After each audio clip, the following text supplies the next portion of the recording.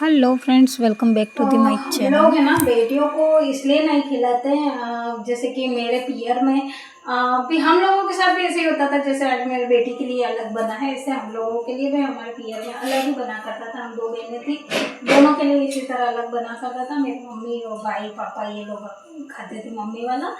तो हमारे यहाँ तो लड्डू बनते इसी तरह, रोटी बनाते हैं और फिर उसके लड्डू बना लेते हैं और एक आध रोटी रहने देते तो वो खाते दही के साथ, क्योंकि हमारे चरखा नहीं खाते उस दिन, तो जिसका व्रत होता है। बाकी लोग तो फिर दूसरी चीज़ें खाते रहते हैं। तो हमारी कहानी ऐसी है उसके लिए।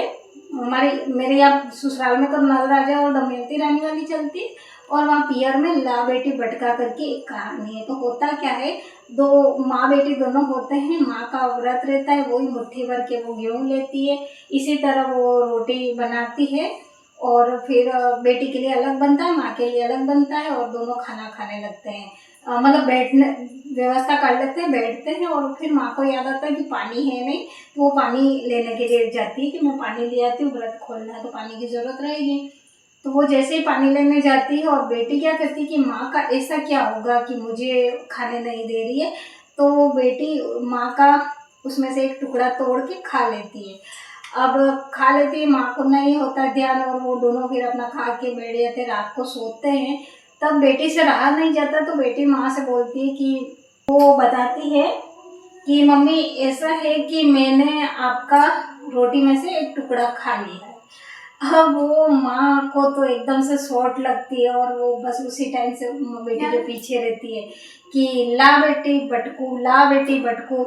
उठते बैठते सोते जागते चौबीसों घंटे बस एक ही रट लगती कि ला बेटी मेरा वो टुकड़ा वापस दे दे मेरे को। इस तरह से इतनी परेशान हो जाती है बेटी की, वो चली जाती है, जंगल में जाती है और ये रात को एक पेड़ के नीचे जा कर के और बैठती है। फिर पेड़ के ऊपर चली जाती है, घना पेड़ होता है तो वो ऊपर जा कर के बैठ जाती है। और वहाँ से जब कुछ लोग मतलब राजा निकलते हैं वहाँ से, तो वो भी छाँव में वहाँ बैठते हैं दूसरे दिन। उस वक्त उसके आंसू, वो रो रही होती है ऊपर बैठ के, तो उसके आंसू गिरते हैं। तो राजा देखता है कि कोई ऊपर है, फिर वो छानबीन करवाता है, उसे नीचे उतारते हैं और वो शादी कर लेता है वहीं पे और उसको महल में ले जाता है। और उसके बाद उसकी सब बढ़िया चल रहा होता है, तो कि माँ आती है और माँ भी उसके पास महल में रहने लगती है।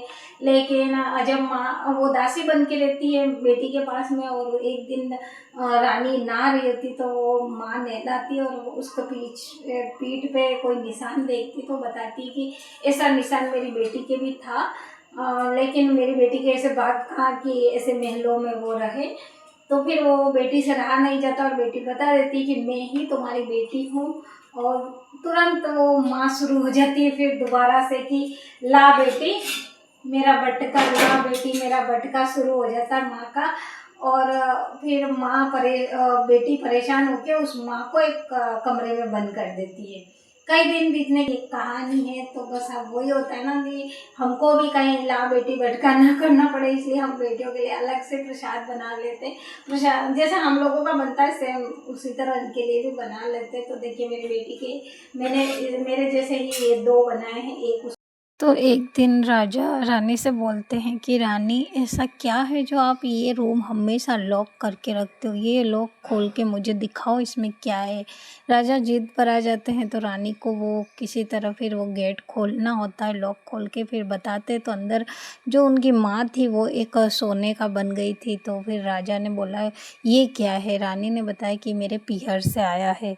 तो अब राजा बोलते हैं कि जब पीहर से इतना बड़ा सोने का गट्ठर आ सकता है तो वो पीहर कैसा होगा इसका। तो उस राजा को ये होता है मन में इच्छा कि बस अब मुझे उनके पीहर जाना है और देखना है कि इनका कैसा है राज्य। अब रानी के बहुत टालने की कोशिश करती है लेकिन राजा नहीं मानता है। तो फिर उन लोगों को 2.5 दिन के लिए एक प्लान बनता है कि चलो अब 2.5 दिन के लिए जाएंगे, क्योंकि उस रानी ने दशा माता से प्रार्थना करी थी। तो उन्होंने दशा माता की कृपा से उसका पियर बन जाता है 2.5 दिन का। और वहाँ वो लोग जाते हैं और फिर रहते हैं, काफ़ी बढ़िया उसका आदर सत्कार होता है, खाना पीना सब कुछ। फिर वो लोग 2.5 दिन होते ही वो रानी बोलती चलो अब चलो। राजा बोलते अरे इतना अच्छा ससुराल है, रहते हैं यहाँ, थोड़े दिन मुझे भी इंजॉय करने दो, ससुराल का सुख भोगने दो।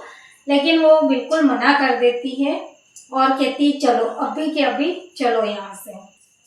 अब रानी की जीत के आगे राजा को हार माननी पड़ती है और वो लोग वहाँ से निकल जाते हैं। लेकिन कुछ चाबूत या ऐसी कोई चीज़ भूल जाते हैं तो राजा फिर वहाँ आधे रास्ते रुक जाते हैं और किसी को भेजते हैं कि जाओ महल में ये चीज़ रह गई है तुम लेकर के आओ। तो वो वहाँ जाते हैं तो देखता है वहाँ तो घना जंगल है, किसी पेड़ पे वो लटका हुआ मिल जाता है, वो लेके आ जाता है और बताता है वहाँ तो ऐसी ऐसी चीज़ें हो रखी है। फिर वो रानी पूरा बताती है कि ऐसी ऐसी माली बात थी।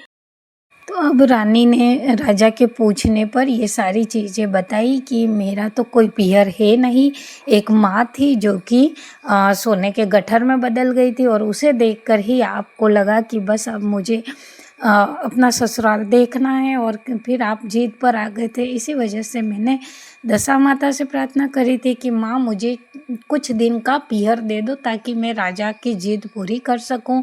और जब हम लोग वहाँ माता जी की कृपा से मुझे 2.5 दिन का पियर मिला था और हम वहाँ गए तो सब कुछ अच्छा था। लेकिन जब हम 2.5 दिन होने के बाद निकल गए तो वहाँ जब जैसा था वैसा वो हो गया।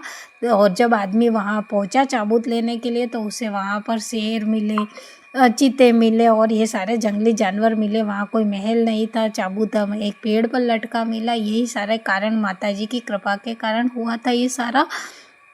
तो फिर वहाँ से फिर राजा अपने महल आते हैं, खाते पीते राज्य करते हैं। तो ये सारी कहानी इस वजह से बनी हुई है कि और हम लोग इसी वजह से अपनी बेटियों को अपने उस प्रसाद में से नहीं देते हैं, उनके लिए अलग से बनाया जाता है। बेटे वगैरह तो खाते हैं लेकिन बेटियों को नहीं देते हैं। सो फ्रेंड्स, आप समझ चुके होंगे कि क्या रीज़न है और ऐसा हम क्यों करते हैं कि बेटियों को नहीं देते हैं। तो हम क्या करते हैं ना कि देखिए, कहानियाँ एक ज़रिया भी है कि हम कहानियों के थ्रू हमारे कल्चर को आगे बढ़ाते एक पीढ़ी से दूसरी पीढ़ी, और उसमें रीज़न भी बताते जाते हैं कि इस काम को करने से क्या रीज़न है, हम ऐसा काम क्यों कर रहे हैं। तो बस यही आज का मेरा व्लॉग था और ये कहानी थी। आपको कैसी लगी ज़रूर बताना, एक लाइक, चैनल को सब्सक्राइब कर देना। फिर मिलेंगे एक नई